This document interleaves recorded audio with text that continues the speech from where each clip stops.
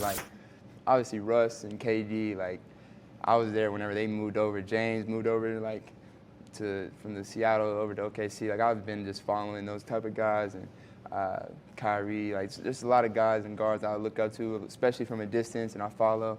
And I'm always listening whenever they give me words and stuff like that. Your high school, that your highlight reel, like, shit was unreal. Like, what was your mindset? Like you know what I mean? Like, what was your mindset in high school just to do things you were just doing? Like, well, for me, like, one of the things I'll never forget, my dad telling me, like, early, like, and it just sounded crazy. I think it was in middle school, because I was killing a lot of guys in middle school in my area, and he told me, he was like, you can't score 10 points a quarter.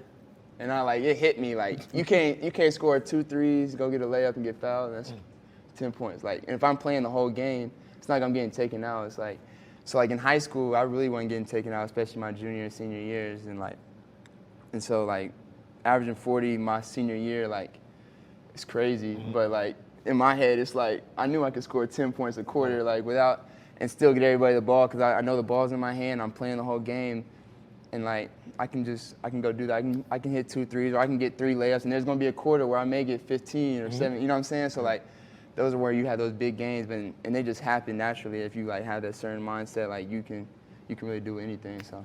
Man, is your dad hoop? Yeah. Come on, Gil. Yeah, my dad. You better show Ray for some respect. Yeah. No, I'm just saying, I'm to the gonna point put a highlight when he gave Kansas like 38 No, or I'm saying whatever. to the point where you break it down to quarter. Like, only a certain group understands. Like, you just focus on the quarter. Like, when you break the math down, it becomes an easier game versus like, I average 29. I gotta. Just stick to quarters, and then.